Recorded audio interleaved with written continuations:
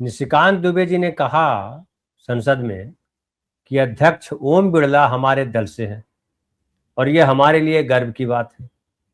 यह अमर उजाला आपका छाप रहा है। उन्होंने सोमनाथ चटर्जी और मावलंकर के उदाहरण दिए और आरोप लगाया कि कांग्रेस इन अध्यक्षों के साथ खड़ी नहीं रही। निशिकांत दुबे ने कहा कि लोकसभा अध्यक्ष पक्षपाती क्यों नहीं होगा। उन्होंने यह भी कहा कि अगर कोई बिरला के खिलाफ जाता है तो पूरा एनडीए उन्हें बचाने के लिए खड़ा होगा। अब बताइए, अब जो नियम कानून सुनील जी बता रहे थे और गौरव को कोई बोल रहे थे, उसका कोई मतलब है क्या? क्या ये सीधे सीधे संविधान का विरोध नहीं है? देखिए धनंजय जी, इस दौर में नियम कानून की बात नहीं करनी चाहिए। अगर हम नियम कानून की बात इस दौर में करते हैं तो इसका मतलब हम लोग वर्तमान परिस्थितियों से अनभिज्ञ है, अनजान है। और जब निशिकांत दुबे, हालांकि दुबे है तो हम क्या बताओ, हमको अच्छा नहीं लगता है, लेकिन अब ठीक है तो है, हम क्या कर सकते हैं। वो दुबे हो क्या अच्छा, आपके नीचे कमेंट लगाया हुआ, जरा वो भी पढ़ लीजिए। अब शोभना जी कह रही हैं, धनंजय भाई इस धूर्तकांत को जी न लगाएं कृपया। अब हम कैसे न लगाएं? धूर्तकांत बोल रहे हैं, लीजिए। आप दुबे पे सवाल कर रहे थे जी। तो अब वो, तो आप जानते हैं इसी तरह की बेसिर पैर की बातें करते हैं और इस तरह की बेसिर पैर की बातों से ही उनके सिर में सींग उगे हुए हैं जो किसी को भी मारने को दौड़ते हैं।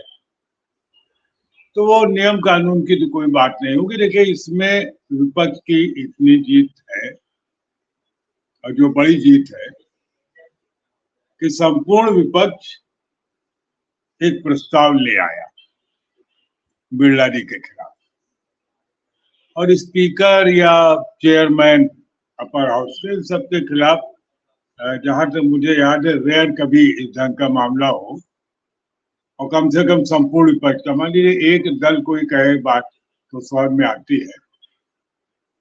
तो मतलब ये कि जब एक बात तो तय होगा कि कायदे से तो बिरला जी को अध्यक्ष की कुर्सी स्वयं छोड़ देनी चाहिए, लेकिन वो कैसे छोड़ दे? हमारे तो राजनाथ जी कहते हैं कि हमारे यहाँ इस्तीफा होता ही नहीं है। तो पहले कोई संविधान में संशोधन किया जाए भाजपा के कि वहां परंपरा पड़े कि इस्तीफा देना चाहिए।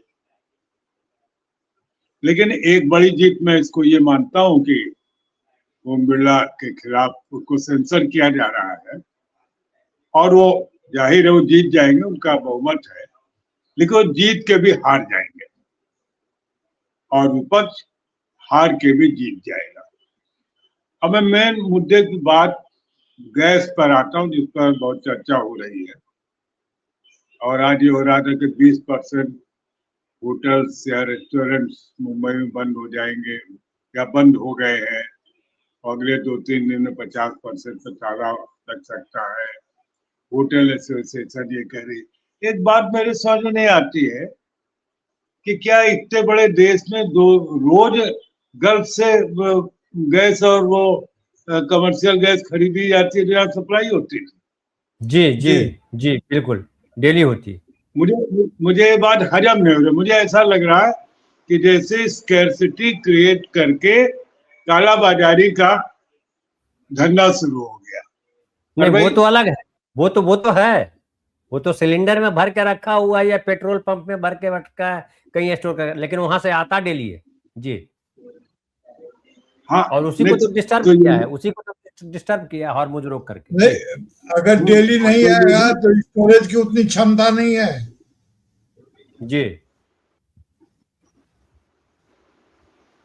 तो बहरहाल वो संकट तो है और वो संकट फिर इस ढंग का है कि जैसे मुंबई हुआ, बेंगलोर हुआ, दिल्ली हुआ, कलकत्ता हुआ, जो बड़े शहर हैं और नेशनल हब्स हैं, वहां तो जो अधिकांश एम्प्लॉय है वो घर से बगैर खाना खा ही निकलता। तो स्ट्रीट वेंडर्स जो हैं उन्हीं के जरिए उनका पेट भरता है। तो अगर कमर्शियल गैस का सिलेंडर नहीं मिलेगा तो इसका मतलब तो कर्मचारी भूखे रह जाएंगे। यही तो संकट है। हाँ, ये एक संकट है। और जो बाकी तो ठीक है, जो लोग शौक के लिए जाते हैं शाम को, उनकी बात छोटी है, लेकिन स्ट्रीट वेंडर्स और दिन में जितने भी रेस्टोरेंट हैं चलने वाले, उसमें तो अधिकांश संख्या ऐसे लोगों की है जो मतलब उसी पर डिपेंड करते हैं। फिर रेलवे में भी खाना नहीं मिलेगा, उसके बड़े आयाम है ना, क्योंकि वो भी गैस सिलेंडर से ही खाना बनेगा ना, क्योंकि अब लकड़ी से खाना तो बनता नहीं। गैस हमारे उसके लिए एक मुख्य आवश्यक वस्तु है जिसके जरिए खाना बनेगा। तो फिर तो ये पूरे देश भर में, अच्छा वो भक्त क्या खाएंगे, मैं उनके बारे में भी सोच के बहुत परेशान हूँ। कंदमूल, उन भक्तों, भक्त कंदमूल खाएंगे, हवा पिएंगे, मंत्र जाप करके पेट भर लेंगे। नहीं, अब कंदमूल भी लोग उगाते नहीं है। अब कंदमूल कहने के लिए रह गया, कंदमूल वगैरह लोग उगाते नहीं है। और हवा तो खैर बहुत अच्छी नहीं चल रही, हवा खिसकी हुई है पूरे देश की। ट्रम्प बाबू की हवा खिसकी हुई है। और अब तो ये समझ में नहीं आ रहा कि ये युद्ध रुकेगा कैसे। एक बात तो समझ में आ गई कि युद्ध रुकना चाहिए, अमेरिका भी चाहता है रुक जाए, इजराइल भी चाहता है रुक जाए, और अंदर अंदर ईरान भी चाहता होगा, लेकिन ईरान कह रहा है कि नहीं, घुटनों पे आके गिड़गिड़ाओ तब हम तुम्हारी बात माने। ईरान ने कहा कि जब तक ये जो तुरंत युद्ध शुरू करते हैं, फिर सीज फायर करते हैं, फिर युद्ध करते हैं, जब ये पूरे नष्ट ही कर दें कि युद्ध की जरूरत ही न रहे, ईरान का हम वहां तक जाने को तैयार है।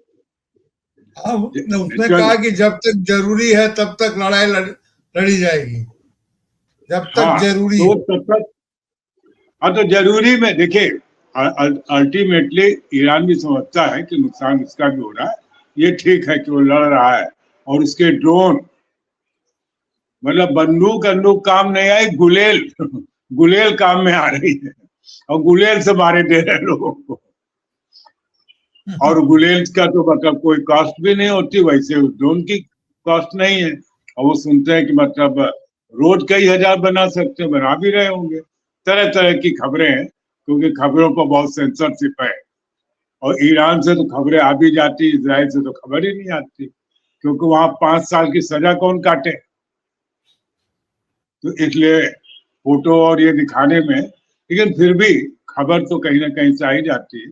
और इस तरह की खबरें हैं, ईरान में बड़े पैमाने पर बर्बादी हुई है। तो तेल की एक कहावत है, तेल देखो तेल की धार देखो।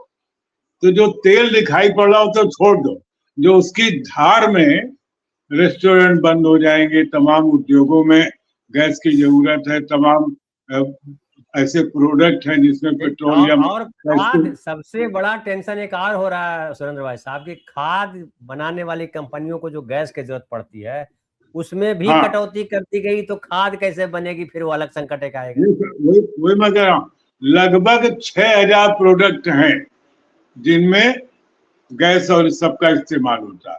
अभी तो उसकी चर्चा ही नहीं हो रही पूरे की, हम तो मोटी मोटी बातों पर जा रहे हैं जो हमें समझ में आ रहा है। अब कौन कौन से प्रोडक्ट में इस्तेमाल होता है, खाद भी एक उसमें बड़ा प्रोडक्ट है। तो मुझे लगता है कि हम सब लोग एक बहुत बड़े आर्थिक संकट की चपेट में हैं। और कल मैं कई वीडियो देख रहा था कि जिसमें उन्होंने मीम्स से कि विश्व गुरु ने उनको, ट्रम्प को भी फोन करके कह दिया कि युद्ध बंद करो, ईरान को भी कह दिया है और इजराइल को भी कह दिया। अब मान नहीं रहे तीनों, एक अलग बात है जी। ऐसा मीम्स कह रहे, मुझे, मैं नहीं कह रहा हूँ जी।